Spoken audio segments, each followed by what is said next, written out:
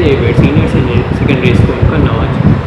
Today I am going to explain about the SST chapter number 3 of history, the Delhi Sultans. The Delhi Sultans means is the rulers came from the Turkey, and Turkey is situated at the Central Asia. These emperor is called the Sultans, and the Delhi Sultanate is meant by the government by the under the Sultans. It's been the all the mostly India's part is under rule by the Delhi Sultans. In this chapter we will learn about the 5 dynasty. The first dynasty is Slav dynasty, the second dynasty is Khilji dynasty, the third dynasty is Tughlaq dynasty, and fourth dynasty is Sayyid, and last is Lodi dynasty. These sultans were ruled over by the 320 years. They ruled from starting the 1206, and the last ruler of Lodi dynasty is ruled till the 1526. Okay. The first dynasty is Slav dynasty. The Slav dynasty is established by the Qutbuddin Aibak. Qutbuddin Aibak is the slave or ghulam of Muhammad Ghori. After the death of Muhammad Ghori, Qutbuddin Aibak free from the build their empowerment in India. And Qutbuddin Aibak also known as the Lakh Baksh, because he gives much more charity to the people of India. After the Qutbuddin Aibak, the Iltutmish, Shah-ud-Din Iltutmish was a slave and the son-in-law of Qutbuddin Aibak. It's mean ये Qutbuddin Aibak की बेटी का यानी कि उनका दामाद था, जिसने स्टार्ट किया हमारे इंडिया पर अपना रूल स्टार्ट किया. He is regarded as the real founder of the Delhi Sultanate. Qutbuddin Aibak ने स्लैब डायनेस्टी को डेवलप तो किया, स्टैब्लिश तो किया, बट इसको ही बोला जाता है रियल फाउंडर ऑफ दिल्ली सल्तनत. He shifted the seat of governance from Lahore to Delhi. It's mean पहले जो कुतुबुद्दीन ऐबक ने स्टार्ट किया था वो लाहौर से अपना रूल स्टार्ट किया था, लाहौर को वहाँ पर अपना कैपिटल बनाया था. बट इल्तुतमिश ने शिफ्ट किया लाहौर से कैपिटल को दिल्ली की ओर. Delhi came to occupy the premier position as the capital of Hindustan. यानी कि एक तरीके से प्रीवियस पोजीशन जो थी वो एक तरीके से इल्तुतमिश ने दिल्ली को फिर से अपना प्रीमियर पोजीशन पर पहुंचा दिया, जहां से वो पूरे इंडिया पर रूल कर सकता था. Iltutmish had to contend with many rebellion, but he was successful in defeating the rebel and executed most of them. उसके खिलाफ कई सारे रेबेल हुए, यानी कई सारे आपकी प्रोटेस्टिंग हुई, बट उसने सभी के ऊपर अपना एक कंट्रोल करने में सफलता हासिल की. While Iltutmish was trying to consolidate his empire, the Mongols under the leadership of Genghis Khan had begun to appear on the border of India. जब इल्तुतमिश ने अपना एम्पायर बढ़ाना स्टार्ट किया तो मंगोलिया से मंगोल्स आया, तो चंगेज़ खान उसने इसे रोकने की कोशिश की और वो वहाँ पर रोकने में कामयाबी हुआ. The Mongol were warrior tribes from the central Asia के ट्राइबल थे Mongols. Iltutmish built a line of forts along the river Ravi and prevent the entry of the Mongols into India. Iltutmish ने क्या किया, जो रावी का river bank था उसमें जाकर के एक तरीके से उसने एक डैम जैसा बनाया, या कह सकते हैं उसे बैरियर बनाया और मंगोल्स को रोकने की कोशिश की. But the Mongols continued there attack and finally gained control over western Punjab. Mongols ने उसके ऊपर अटैक करते रहे और लास्ट में रिजल्ट ये हुआ कि उनका जितना भी वेस्टर्न पंजाब था, इट्स मीन आज का जो पाकिस्तान कह सकते हैं, वेस्टर्न पंजाब पर मंगोल्स ने अपना अधिकार कर लिया। After the Iltutmish, the daughter of Iltutmish Razia Sultan ruled in India and she is the first lady leader of India. In history, the many historian is confused because some historian told the Iltutmish not a first lady leader and some historian told the Razia Sultan is the first lady ruler. Okay, sorry, in previous line I told the Iltutmish, then वहाँ पर आपका रज़िया सुल्तान। Hence he declared his daughter Razia as his successor. Razia's reign was short and full of problems. जब इल्तुतमिश ने ये घोषित किया था या अनाउंस किया था कि रज़िया सुल्तान उसकी उत्तराधिकारी होगी, तो कई सारा जो उसका रोल था रज़िया सुल्तान का, वो बहुत शॉर्ट टाइम का था और कई सारी प्रॉब्लम से घिरा हुआ था। आप जान सकते हैं उस समय में जब रज़िया सुल्तान ने स्टार्ट किया तो कई सारे उनके ऐसे लोग थे जिन्होंने अपोज किया, उन चीज़ों के लिए प्रोटेस्ट किया कि रज़िया सुल्तान कोई भी लेडी हमारे ऊपर रूल कैसे कर सकती है। बट आज के दौर में लेडीज़ बहुत अच्छा रूल करती है, बट उस समय एक मैंटालिटी थी जिसके तहत ये चीज़ था कि लेडीज़ हम पर रूल नहीं कर सकती हैं। सो कई सारे लोगों ने इस पर उनका प्रोटेस्ट किया, अगेंस्ट में अपोज में रहे। Then they did not take the Razia for taking decision without consulting them. उन्होंने कभी भी ये स्वीकार नहीं किया, एक्सेप्ट नहीं किया कि रज़िया जो है बिना उनसे कंसल्ट किए, बिना उनसे पूछे अपने डिसीजन ले सके। They plotted and they deposed her in 1220। Soon afterwards she died. और कुछ समय तक वो उसका रज़िया सुल्तान का विरोध करते रहे और कुछ समय बाद मर गए। After the Razia Sultan, Nasiruddin Ahmad, Nasiruddin Mahmud is the next ruler of slave dynasty. He also known as the Ghiyasuddin Balban. On the death of Nasiruddin Mahmud, Balban became the king. Ghiyasuddin Balban ruled over the 1266 to 1286. It means the 20 years he ruled in India's or Delhi Sultanate. The last important ruler is Ghiyasuddin Balban. He died in 1287 and he also suffered from the Mongols attack. Okay, Mongols ने भी इसका जो rule था, empire था, तब उसके ऊपर attack किया और ये भी सफ़र करता रहा। After the slave dynasty, the Khilji dynasty starting, and the Khilji dynasty is start from the 1290 BC AD. The first ruler of the Khilji dynasty is Jalaluddin Khilji. Firoz Shah took the name of Jalaluddin on the ascending the throne. He was 70 years old by then. आपने जैसा देखा होगा, आपकी एक picture आई थी अभी जिसमें पद्मावत जिसका नाम था, उसमें आपने देखा होगा अलाउद्दीन खिलजी का एक चाचा था जिसका नाम था जलालुद्दीन खिलजी। आपके बुक में भी वही पढ़ाया जा रहा है, ये जलालुद्दीन खिलजी वही था। और ये जब रूल करने आया था स्लेव डायनेस्टी के बाद में 70 इयर्स बोलते हैं, यानी कि 70 साल का एक बूढ़ा आदमी था। His administration has been criticized as being weak. इसका एडमिनिस्ट्रेशन जो था वो बहुत ज़्यादा कमज़ोर था। The most important event during his rule was the attack of the Mongols. जैसा कि स्लेव डायनेस्टी में भी आपने देखा हो, मंगोल्स ने कई बार उनके ऊपर अटैक किया, बट इसके भी रूल्स में आपने देखा है मंगोल्स ने कई बार इसके रूल्स में अटैक किया। He was tragically killed by his ambitious nephew. इसके भतीजे यानी अलाउद्दीन खिलजी के द्वारा ये मार दिया गया था। आपने मूवी में भी देखा होगा। और वो काफ़ी ज़्यादा अलाउद्दीन खिलजी एम्बिशियस यानी महत्वाकांक्षी था, उसे कई सारी चीज़ों का शौक था।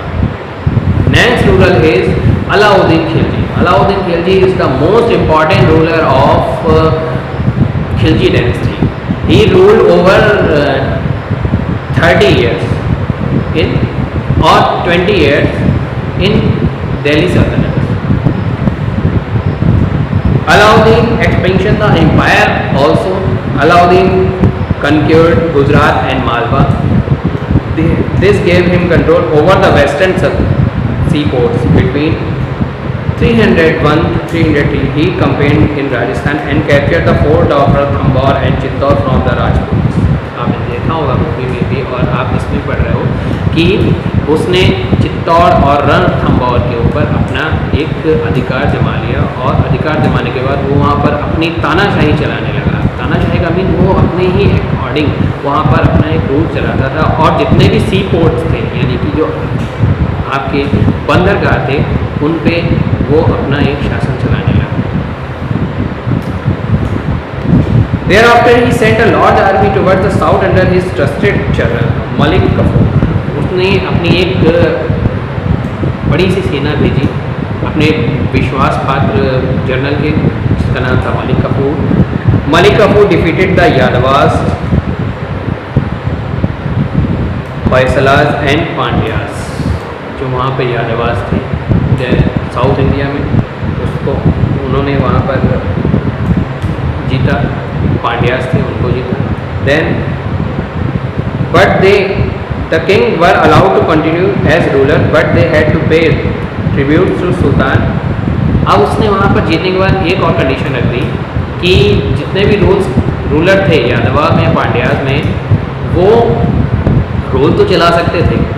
वहाँ जीता हुआ जो जितना एरिया होता था अलाउद्दीन खिलजी में वो वहाँ पर उन्हें रूल तो चलाने देते थे बट जितना भी वहाँ का रेवेन्यू सिस्टम होता था, जितना भी टैक्सेस होता था, जितना भी आपका एक तरीके से कह सकते हैं पैसे की जो एडमिनिस्ट्रेशन इकोनॉमिक एडमिनिस्ट्रेशन होता था वो पूरा का पूरा खुद के लिए जब डिपॉजिट करने के लिए कहता था। इसका मीन होता था तानाशाही। इसको कह सकते हैं आप एक तरीके से हिटलरशिप। अलाउद्दीन खिलजी एक हिटलर के तरीके का काम करता था, वो रूल तो करवाता था किसी और से बट जितना भी वहाँ का रेवेन्यू होता था वो अपने पास ही रखता था। इकोनॉमिक मेजर्स क्या लिए? Alauddin Khilji order to measurement of all land under cultivation. It was divided into different categories according to fertility. Fertility के अकॉर्डिंग उसने अलग अलग पार्ट में उसको डिवाइड कर दिया। The land tax kharaj and was fixed accordingly. उसके हिसाब से उसने जितना लैंड पे टैक्स था इसको उसके रोल में खराज कहते थे वो उसने अपने अकॉर्डिंगली फिक्स कर दिया। To get more money Alauddin raise the land tax in the Doab region. Doab region क्या था? जो अपना रिवर था, कोई भी रिवर होता था जैसे कि गंगा यमुना के बीच का जितना भी क्षेत्र है अपना, ये दोआब रीजन का रहता है। इसकी फर्टिलिटी बहुत होती है तो जितना भी दोआब रीजन था इसने यहाँ पर टैक्स 1/2 ऑफ द प्रोड्यूस यानी जितना भी प्रोडक्शन होता था उसका 1/2 यानी कि आधा। अगर आप 100 रुपये का प्रोडक्शन वहाँ कर रहे हो तो उस पर 50 रुपये का रेवेन्यू टैक्स उसे देना पड़ता था जितना भी वहाँ लोग करते थे। He also ensure that the peasant were not burden any further यानी कि जितने वो पीजेंट थे उनके ऊपर किसी भी तरीके का बर्डन ना पड़े। He kept a strict check on the nobles and did not allow them to collect any additional taxes. जितने भी नोबल्स थे वहाँ पे उसने उन्हें कोई भी अलाउ नहीं किया था कि किसी तरीके को कलेक्ट कर सके। टू केप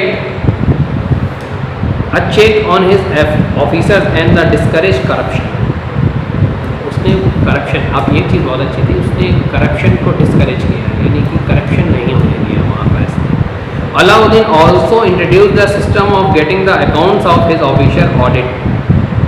इट्स मीन जो आजकल चल रहा है अलाउद्दीन ने तब ही स्टार्ट किया था कि जितनी भी चीज़ें आपकी हैं, जितना भी आपका वर्क हो रहा है उसका सभी का ऑडिट किया जाएगा। इट्स मीन उसके बारे में फिर आपका रीचेक किया जाएगा कितना वो क्या चीज़ हुआ है, कितना आपका रेवेन्यू डिपॉजिट हुआ है, कितना आपका लैंड रेवेन्यू डिपॉजिट हुआ है, कितना आपने वर्क किया है, कैसा आपने वर्क किया है, ये सारी चीज़ें ऑडिट होती थी उसके रूल्स टाइम में। This system was later followed by the Sher Shah Suri and Akbar. It's mean Alauddin का जो सिस्टम था शेर शाह सूरी और अकबर ने भी फॉलो किया। Market regulation. Alauddin was a for-cited monarch and was well aware of the benefits of having fixed prices. वो बहुत ही ज़्यादा दूरदर्शी इंसान था और जानता था कि किस तरीके के प्राइसेस उसे अपने यहाँ पर लगाने हैं।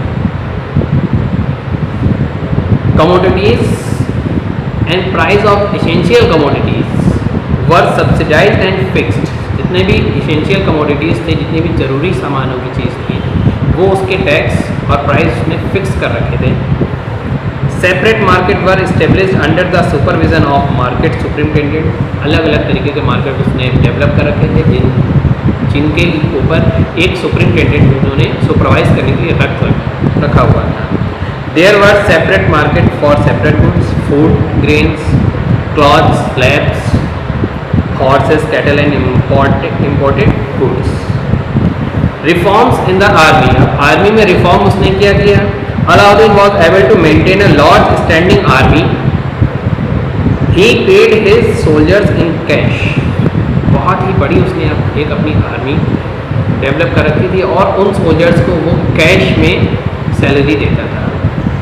इट्स मीन उनका ये होता था, पहले क्या होता था, जितने भी वो होते थे तो उनको ज़्यादातर कैश में सैलरी नहीं मिलती थी. उनके घर का खर्चा चलता रहता था. जितना भी आपका अनाज होता था वो जो आपके शाही स्लैब्स होते थे वो पहुंचा देते थे. बट अलाउद्दीन ने स्टार्ट किया कि कैश में सैलरी देना स्टार्ट करें. He starting branding horses to prevent the substitution of goods. Horses were inferior once.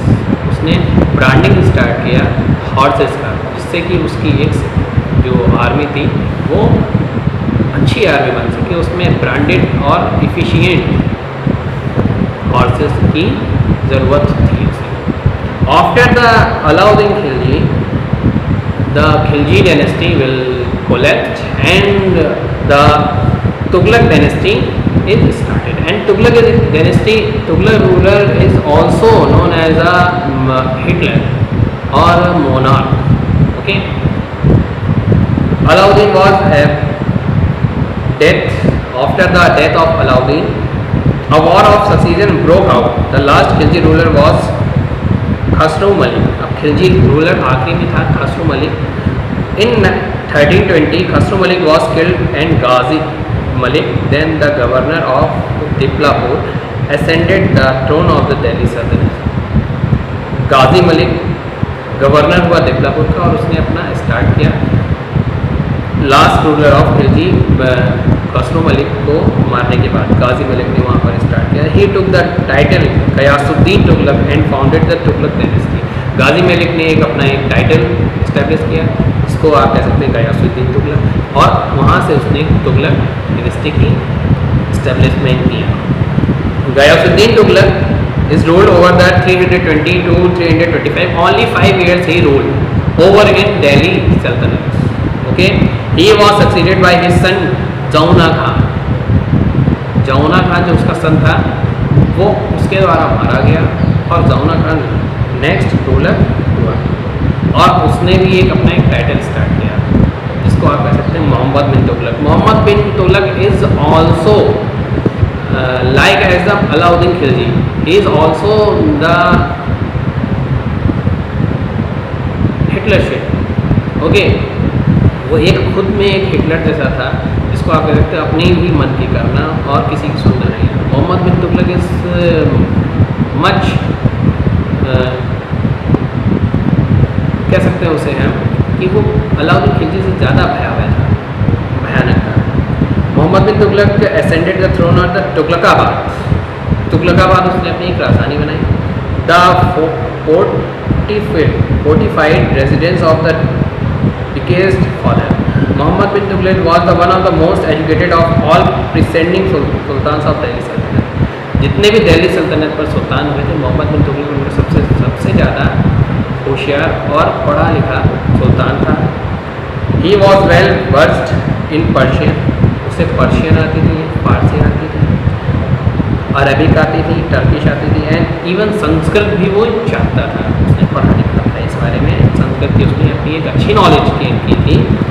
He was well read in the subjects of astronomy, philosophy, mathematics, medicine and logic. कई सारी चीज़ें उसने पढ़ी थी. Mathematics पढ़ी थी, फिलोसफी पढ़ी थी, एस्ट्रोनॉमी पढ़ी थी. शिफ्टिंग ऑफ कैपिटल, अब जो शिफ्टिंग था कैपिटल का आपके चैप्टर में बताया गया है कि मोहम्मद बिन तुगलक ने ही शिफ्ट किया था अपना capital. In 1327 Mohammad bin Tughlaq decided to shift his capital from Delhi to Devagiri. Delhi से उसने अपनी कैपिटल देवगिरी की ओर शिफ्ट करना है का प्लान बनाया। अ city located 14 kilometre from Delhi, he renamed it Daulatabad. On paper, it was a sensible idea since Daulatabad was at the center of his West Empire. Papers पर उसका ये आइडिया बहुत अच्छा माना गया और उसने पूरे इंडिया पर वहाँ से अपना राज या एम्पायर रूल करने का मन बनाया। But the project failed because of 2 reason. लेकिन ये प्रोजेक्ट उसका फेल्ड हो गया जिसके पीछे 2 रीजन थे। First, he ordered the entire population of Delhi to shift the Daulatabad. उसने ऑर्डर किया जितनी भी दिल्ली में पॉपुलेशन रहती है वो सारी की सारी शिफ्ट हो जाए दौलताबाद में, बट ये पॉसिबल नहीं था उस समय। Second is left the north western frontier of the empire expose to the attack from the Mongols. अब जब दौलताबाद में उसने अपने शिफ्ट किया तो दिल्ली पर कई सारे मंगोल्स का अटैक होने लगा और उसको रियलाइज़ हुआ कि मुझे दौलताबाद में न रह करके दिल्ली में रहना चाहिए, वहाँ से मैं मंगोल्स का फेस बहुत अच्छे तरीके से कर सकता हूँ। तो उसने फिर अपनी रीशिफ्ट बैक कर लिया अपनी कैपिटल को दिल्ली में। Taxation in Doab. अब जो अलाउद्दीन खिलजी ने टैक्सेशन लगाया था दोआब रीजन में, इसने भी उसमें चेंजमेंट किए। To increase revenue collection the sultan raise the land taxes in Doab. अब लैंड टैक्सेस दोआब में जो था उसने इसको इंक्रीज किया और कई सारे टैक्सेस इसने लगाए। Introduction of token currency. Token currency भी इसने इंट्रोड्यूस की और इसके जो टोकन थे वो सिल्वर कॉइन्स के रूप में होते थे। The token currency introduce by Tughlaq failed because. अब इसकी जो टोकन करेंसी थी वो भी फेल्ड हो गई क्योंकि he could not prevent foreign of the new coins. वो न्यू कॉइन्स को फॉरेन से प्रोटेक्ट नहीं कर पाया। The state suffered as a huge loss because land revenue was collected in the copper and the bronze coins. Silver coins थे वो सभी के सभी प्रोटेक्ट जब नहीं कर पाया तो जितना भी लैंड रेवेन्यू था वो ब्रॉन्ज और कॉपर कॉइन्स पे कलेक्ट होने लगा। There was a such abundance of these new coins that their value depreciated. जो ब्रॉन्ज और कॉपर कॉइन्स थे उनकी वैल्यू डिप्रिशिएटेड थी, सिल्वर की वैल्यू तब ज़्यादा हुआ करती थी और अभी भी सिल्वर की वैल्यू ज़्यादा है। तो जितना भी इनका रेवेन्यू सिस्टम कलेक्ट होता था वो उसका जो कह सकते हैं वैल्यू होता था वो ब्रॉन्ज और कॉपर में होता था जिसकी वैल्यू कम होती थी। This cause severe destruction of trade and commerce. Trade और कॉमर्स किसी भी दूसरे राज्य से करने में उसे बहुत तकलीफ होती थी, वहाँ की चीज़ें लेके आता था और ज़्यादा उसे पे करना पड़ता था। सो उसका ये आइडिया फेल हुआ। Khorasan expedition. अब इसका एक आया है expedition, Khorasan expedition. To expand the empire Muhammad bin Tughlaq decided to conquer Khorasan in Central Asia. जो खुरसान सेंट्रल एशिया में था उसने अपने मोहम्मद बिन तुगलक ने उसे भी अपने एम्पायर में शामिल करने की प्लान बनाया। He raise the large army and spend a lot of money of weapons on other war supplies. उसने कई सारी मनी अपना इस खुरसान एम्पायर को अपने में करने में खर्च की। Then soldier were also given 1 year salary. Soldiers की जो सैलरी थी उसने वो भी 1 साल की ले ली। जब 1 साल की आप सैलरी ले लोगे किसी सोल्जर से तो वो खाएगा क्या, वो क्या करेगा। इस वजह से इसका ये एक्सपेंडिशन फेल हो गया and soldiers so recruited were disbanded. और जो सोल्जर्स थे वो भी बहुत ज़्यादा इससे नाखुश रहने लगे और इस वजह से खुरसान एक्सपेंडिशन इसका फेल हो गया। After the Khorasan expedition failure he died in 1350 and the after his death Firoz Shah Tughlaq was the third ruler of Tughlaq dynasty. Firoz Shah Tughlaq was the successor of Muhammad bin Tughlaq. He made sure that people in his kingdom were happy. Firoz Shah Tughlaq का aim ये होता था जितने भी उसके kingdom में persons रहते हैं, पीपल्स रहते हैं, लोग रहते हैं, वो हैप्पी रहें, खुश रहें। However he was not a strong military leader. लेकिन वो जब इन चीज़ों की तरफ रूलर एक बढ़ जाता है तो वो एक स्ट्रॉन्ग रूलर नहीं रह पाता है। एंड डिफेंड द सल्तनत अगेंस्ट द एक्सटर्नल अटैक्स। बाहरी अटैक्स से अपने दिल्ली सल्तनत को वो प्रिवेंट करने लगा और वो वहाँ सफ़र करने लगा। फिरोज शाह डाइड इन 1388 में फिरोज शाह की डेथ हो गई। Though the Tughlaq dynasty lasted for the another 26 year तक और वो चली। None of the successor of Firoz was able to prevent the collapse of the Saltanat उसके फिरोज तुगलक डायनेस्टी की वो कोलैप्स होने से कोई भी ऐसा रूलर नहीं हुआ जिसने उसे बचा पाया। After the Firoz Shah Tughlaq the Timur was came to India and he ruled in the Delhi Sultanate. Timur was a Central Asian Turks who had embraced Islam and set up the kingdom of Samarkand. जिस इस्लाम की जो इस्लाम kingdom था उसने उसका impose किया, यानी कि opposition में रहा और उसने अपना एक अलग तरीके का किंगडम था जिसको समरकंड किंगडम कहते हैं। उसने दिल्ली सल्तनत पर अपने एम्पायर को फैलाने की कोशिश की। As Timur marched towards Delhi he met with the little resistance.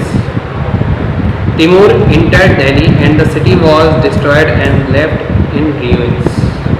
यानी सिटी थी तिमूर जब आया, तैमूर जिसको कहते हैं, जब वो आया तो यहाँ पर उसने दिल्ली को बिल्कुल तहस नहस कर दिया, बर्बाद कर दिया और उसने सोचा कि अपना किंगडम इस तरीके से फैला पाएगा। बट जब ये उसने किया तो जब चीज़ें बर्बाद हो जाती हैं तो उसके बाद बनाने में बहुत वक्त लगता है। तो तिमूर इन चीज़ों को बनाने में लगा रहा और आफ्टर कुछ समय बाद उसकी डेथ हो गई।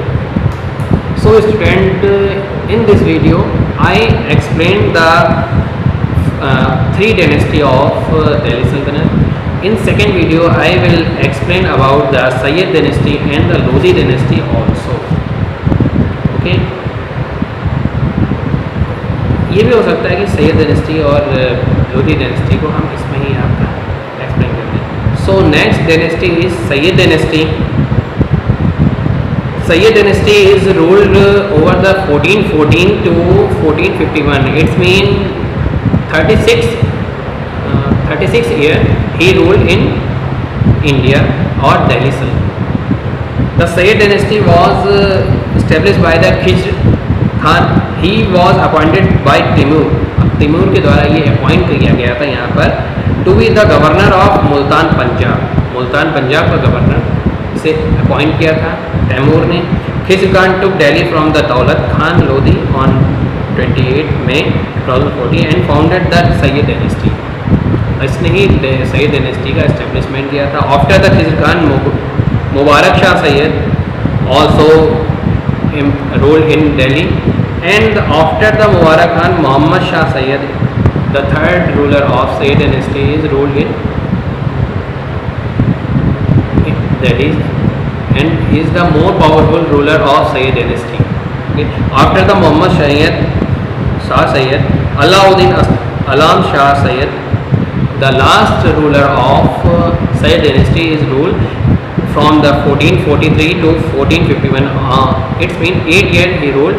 After the Sayyid dynasty, the Lodi dynasty will have to start. And the rule of the Lodi dynasty marked as the last phase of the Delhi Sultanate. Delhi सल्तनत का लास्ट फेज लोधी डायनेस्टी को बोला जाता है. दे वर 3 main rulers in this dynasty starting from this Bahlol Lodhi. इनके dynasty में 3 main rulers थे. इसमें पहला रूलर था बहलोल लोधी जिसने कि इस्टेब्लिश किया था लोधी डायनेस्टी को. Bahlol Lodhi was the first Afghan ruler of Delhi. Afghan ruler, पहला ये अफगान रूलर था जो कि दिल्ली पर रूल करने आया था. His territory was spread across Jaunpur, Gwalior and northern Uttar Pradesh.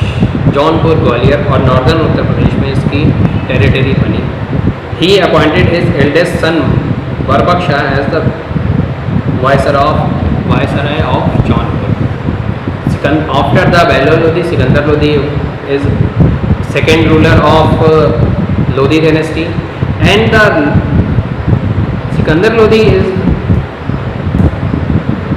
defeated the Punjab and Bihar's emperor and he ruled. He extend the Lodi dynasty to Bihar and Punjab also. He was an able administration and encouraged trade the commerce. वो एक कुशल शासक था जिसने अपनी trade को और commerce को spread किया, आगे बढ़ाया. He shifted the capital of the सल्तनत from Delhi to Agra. उसने ही जो सल्तनत की कैपिटल थी उसको दिल्ली से आगरा में शिफ्ट किया. The last ruler of Lodi dynasty is Ibrahim Lodhi. Ibrahim Lodhi succeeded Sikandar Lodhi. Sikandar Lodhi को उसने परास्त करके यानी हरा करके आगे बढ़ा. The Afghan nobles rebelled against थे. जो अफगान नोबल्स थे वो इसके अगेंस्ट में आए, but however defeated them to prevent such revolt in future. कुछ फ्यूचर में उसमें आकर के कुछ रिवॉल्ट हुए. He replace senior nobles and governors who had a lot of power. Senior nobles और गवर्नर थे जिनके पास बहुत सारी पावर थी, उन्होंने इसको हराया, डिफीट किया by younger man. The displaced noble conspired with power. ये जो नोबल था अफगान नोबल, इसका नाम ही बाबर था, और यही बाबर था जिसने आप इंडिया सल्तनत पे दिल्ली पर मुग़ल एम्पायर की स्टार्टिंग की, यानी मुग़ल एम्पायर का इस्टेब्लिशमेंट किया. So Ibrahim Lodi in the first battle of Panipat in 1526. पहला बैटल जो हुआ था पानीपत में 1526 में, उसमें इब्राहिम लोधी को हरा करके बाबर ने दिल्ली किंगडम पर मुग़ल एम्पायर का इस्टेब्लिशमेंट स्टार्टिंग किया था. So student, in this video to learn about the 5 dynasty of Delhi Sultanate and Delhi Sultan. In next video I will discuss about the Mughal Empire and Mughal rulers and the etc. social economic system of Mughal Empire. So students, have a nice day. Thank you everyone. If you have any queries about this chapter, you can ask me in WhatsApp group, and also I have sent you a question answer of this chapter and exercises in this chapter. You have to do this question answer in your CW copy and the exercises of this chapter in your SW copy. Neat and clean writing. Okay students, have a nice day. Thank you.